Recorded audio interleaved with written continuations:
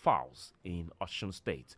They were charged with conspiracy, robbery, and stealing, offences that were contrary to Section 6, subsection B, and 12, and 1, subsection 2 of the Robbery and Firearm Special Provisions Act of the Federation of Nigeria 2004, and Section 390, subsection 1, Criminal Code Law, Cap 34, Laws of Osun State 2002. It's funny. Well, Olowokere and Sunday were found to have broken into the residence of Balogun Tokwe, a police officer in Okuku, in Osun State, and stolen some of his properties, according to newsmen.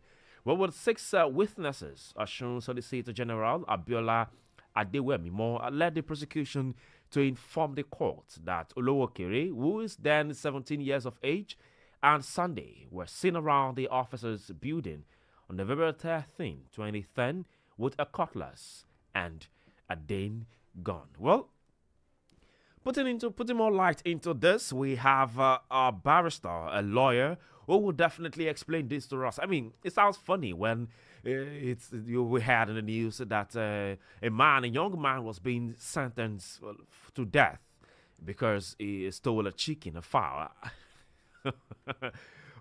funny how it is. But then, I mean, let's see our reactions from our barrister. I mean, who definitely, explain these processes, what the law says about this, how it has been, what really, I mean, the practically this judgment, the morality, emotions of the law, the differences. I mean, what fair hearing is all of this about? We'll talk to a lawyer and a public speaker, Barrister Adams Atta. Barrister, good morning. Yes, good morning, and thank you for having me this morning on this session. All right, welcome, Barrister. Barrister, how funny this is. I mean, I was laughing all through when I, bump into this story. I mean, Barrister, first, let's start with this. I mean, all of this. What came into your mind when you read about this news? Well, at first, when I got the information, I felt otherwise. Not until I read further, I have to drop my emotions, because emotions and then law, they are far different apart. So that is how it is, because a lot of Nigerians are beginning to set in emotions and feeling otherwise. But whereas the law is the law. So look at the punishment that the offense that is being alleged to have been committed. So people are just looking at the peripheral aspect of the offense. But beyond that, the armed robbery is what the court went ahead to punish them for. Yes, that is a punishment. So, and you look at, the judge was even humane enough to even say that he recommend them to the governor so that the sentences can be cumulatively calculated together to reckon 10 years. So for me, I think people should look beyond the emotions and then the feeling that other people are committing offense. The politicians are there committing heavy offense.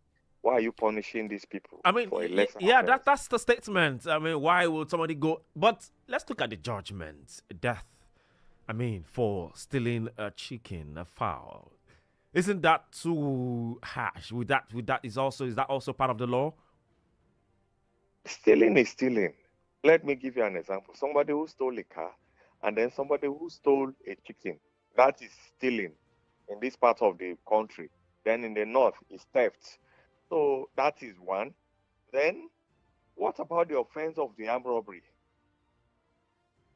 Are you saying that the court will jettison the armed robbery and then give judgment for stealing alone? So where series of offense are committed in pursuit of one exercise, the court have the power to calculate the sentencing cumulatively and make a pronouncement as a judgment. So it's not a matter of just stealing chicken that people are just parading all around. What will you now say about the aspect of the armed robbery? That the offense is clearly, they were arraigned for armed robbery and stealing. Those offenses were committed in furtherance of the same purpose. So it's not a matter of saying that I want to handpick this offense as against this other offense. These are offenses that are committed for one purpose. Let's take a look at the age of the at then 17. Yes. The law is that once you are below 18, you are presumed to be a child or a young person thereabouts. You are not an adult. So there's a special court, there's a special procedure. But that does not forecloses the fact that you cannot be tried for criminal matter if you know your left and right, if you can know, if you can decide, you can determine, if the court can see that you know that what you did at that particular time is an offense, you can be subjected to criminal trial. It does not exonerate you from that trial. So it's not a matter that you are the fact that you are not yet an adult, you will not be tried for a particular offense. You will be tried. But however, if you can know that that act that you committed at that particular time is an offense, the court have the power to try you. But there are special courts that the court have put on board to try such people. But Barrister, I felt or I thought that the law says it's when you kill that definitely you also face the same, trial. But in this case, we don't have an issue of maybe death. I mean, the person in question was not found to have properly killed someone. I mean, so why because we need to be realistic. We have we have a lot of politicians. We have people in Nigeria who have done worse, thing like this, but still yet they go away with it. Are you saying that since people are going away with it? Are you saying that because people are going away with it, we should allow some people to go away with it? No, if you are caught in the web and luck is not on your side, you face the consequence. Barrister, since 2010, and this boy is still on trial since 2010. No, the judgments have been passed as far back as 2010. Yes. Judgment, you read that judgment was passed sometime in 2010, and then he has been in detention. That's what you meant. I'm saying yes. Yes, he has been in detention because of the pronouncement of the court. That is why he's still in detention. There's a judgment, and that judgment has not been appealed or set aside.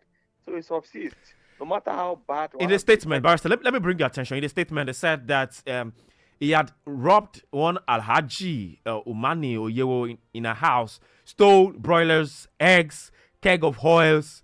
I mean, sometimes this thing happens in Lagos where they feel like, he's just a hungry thief. We call it like that, a hungry thief. Maybe because of that judgment, you will see that you will see the antecedent misconduct of the accused person. They say that it's in the business of doing that they had robbed some people before. Let us drop emotion. This is law. No matter how defective a judgment of a court is, it is a judgment of the court. The matter was subjected to trial, and a judgment was passed. I was not there. I'm just reading based on the report.